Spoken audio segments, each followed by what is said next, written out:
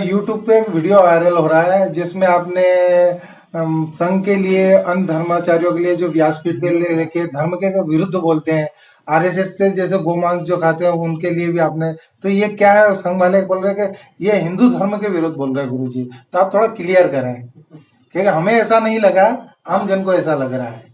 अच्छा, जो जिस आमजन को लगा, क्या वो आमजन स्वयं को हिंदू मानता है? जिस आमजन को लगा, क्या वो आमजन हिंदू धर्म का सदस्य है?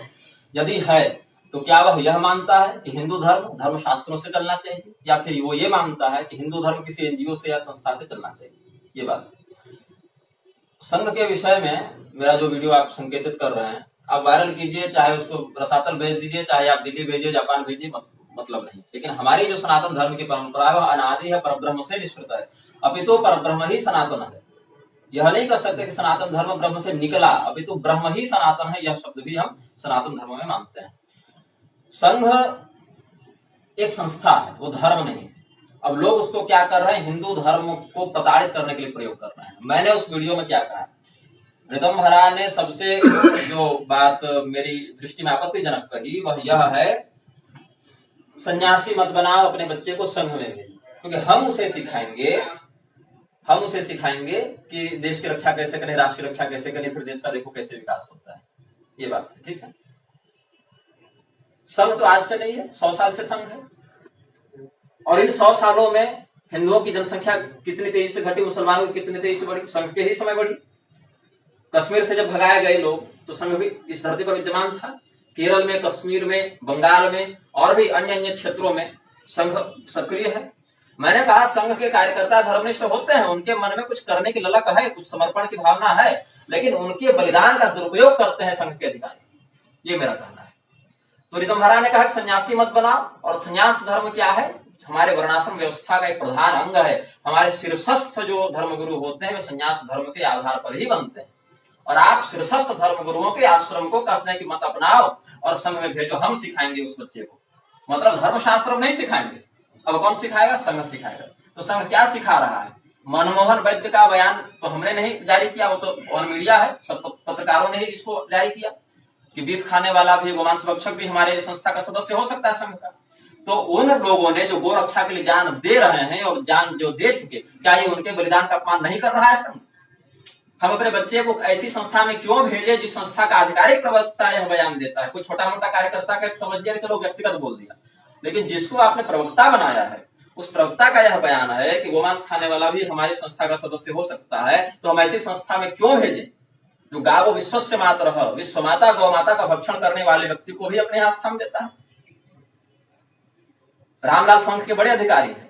हम कार्यकर्ता हमारा लव जिहाद के चक्कर में अपनी बहन बेटी की इज्जत बचाने के लिए मर जाए, कट जाए, और संघ का पदाधिकारी अपने बेटियों को मुल्लों से ब्याह दे और फिर कहेगा कि हम संघ में सिखाएंगे कि धर्म की रक्षा कैसे होती है। मोहन भागवत ने नागपुर अधिवेशन में आधिकारिक बयान दिया है कि संघ धार्मिक नहीं, स्वयंसेवी संस्था है, सामाजिक संस्था है, सांस्कृतिक संस्था है, जो भी कहे, लेकिन हिंदू धर्म की आधिकारिक संस्था नहीं है, धार्मिक संस्था नहीं है। तो क्यों नाक घुसाते हो हिंदू धर्म में? मुंह उठा के पहुंच जाओगे पूरी पीठाधीश्वर श्री शंकराचार्य जी, निशिलानंद सरस्वती जी के पास भी, और फिर मुंह उठा के पहुंच जाओगे अक्षरानंद के पास भी। तो किसी एक को ही शंकराचार्य मानो ना, नकली धर्मगुरु खड़ा करना इसी का काम है। हमारे धर्म शास्त्रों को मिलावटी बताना, प्रक्षिप्त बताना, या उन बातों का समर्थन करने वाले रामभद्राचार्य जी को संघ का ही प्रोत्साहन प्राप्त है।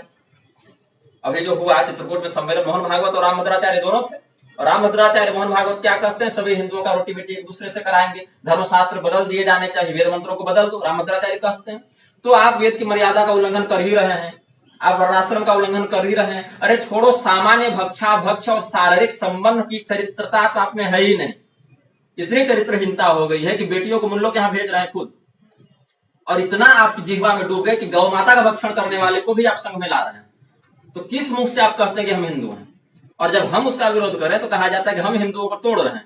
मतलब क्या करें अब? हमें हिंदुओं को जोड़ने के लिए गौ माता को खाने लगे कि अपनी बेटी बहनों को भेज दें मुल्लों के पास, तब हिंदुओं में एकता आएगी? और कैसे एकता लाना चाहते हैं आप लोग? तो संघ जो है वह पहले तय करे वो क्या है, क्या वो हिंदू धर्म का ठेकेदार है? यदि ठेकेदारी करनी है तो धर्मशास्त्रों की असंदिग्ध मर्यादा के अनुसार करे। नूपुर शर्मा का जब प्राण संकट में गया, मैं संघ का व्यक्ति नहीं हूं, फिर भी हमने 14 पेज का कोर्ट में लिख कर दिया नूपुर शर्मा के समर्थन में। या संभवतः 5 पेज का या 4 पेज का भी हमने फिर दिया है। ज्ञानवापी और नूपुर शर्मा दोनों का मिलाकर अगर देखें तो लगभग 15 से 20 पृष्ठ का हमने कोर्ट में दिया है, जबकि मैं संघ का नहीं हूं। लेकिन ज्ञानवापी के मुद्दे मोहन भागवत क्या कहते हैं कि हर मस्जिद में हमें शिवलिंग क्यों देखना, इसीलिए देखना क्योंकि वो है, वो नहीं रहता तो हम नहीं देखते, लेकिन वो है। सीताराम गोयल का आप देखिए ना, उन्होंने सारा क्रमशः प्रस्तुत किया है कि इस मंदिर को तोड़कर क्या मस्जिद बनाई गई। तो क्यों नहीं देखे हम? शिव जी है तो नहीं देखे, है तो देख रहे हैं, नहीं होते तो नहीं देखते।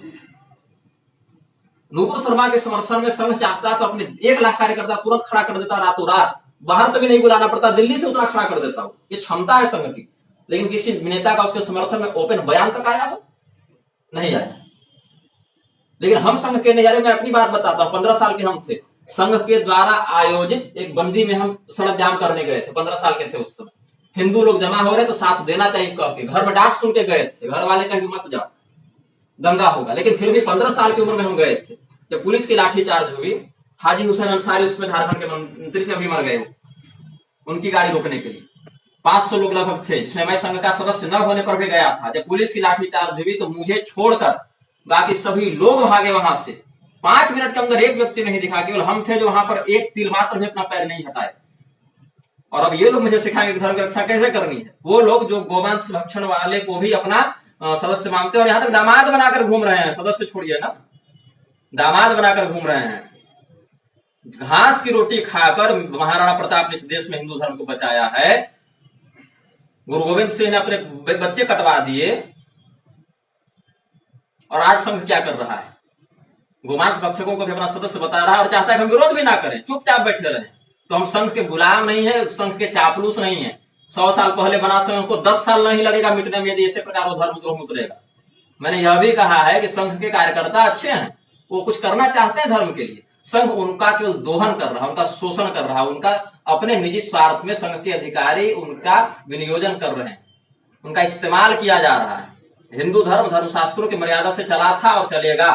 कोई संस्था कल परसों खड़ी होकर कह दे अब धर्मशास्त्र को बदल दो, तो सन्यासी बनाना छोड़कर हमारे एनजीओ में भेज दो, संस्था में भेज दो, तो उसको स्वीकार नहीं किया जाएगा। और यदि उसका कोई विरोध करता है तो धर्मशास्त्रों के आधार पर उसकी समीक्षा की जाएगी।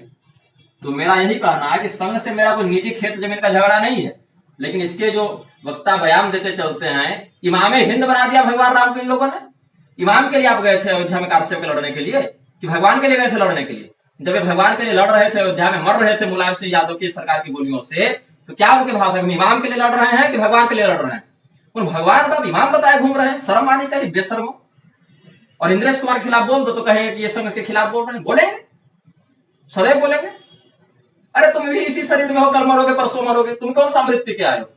हमारे भगवान श्री रामचंद्र जी को इमाम बताने वाले व्यक्ति को अभी तक संघ ने बहिष्कृत नहीं किया, मनमोहन वैद्य को अभी तक बहिष्कृत नहीं किया, गोमांस समर्थक को। और ये संघ सिखाएगा हमें कि धर्म की रक्षा कैसे करनी है। तो जिससे जो बनता है कर ले।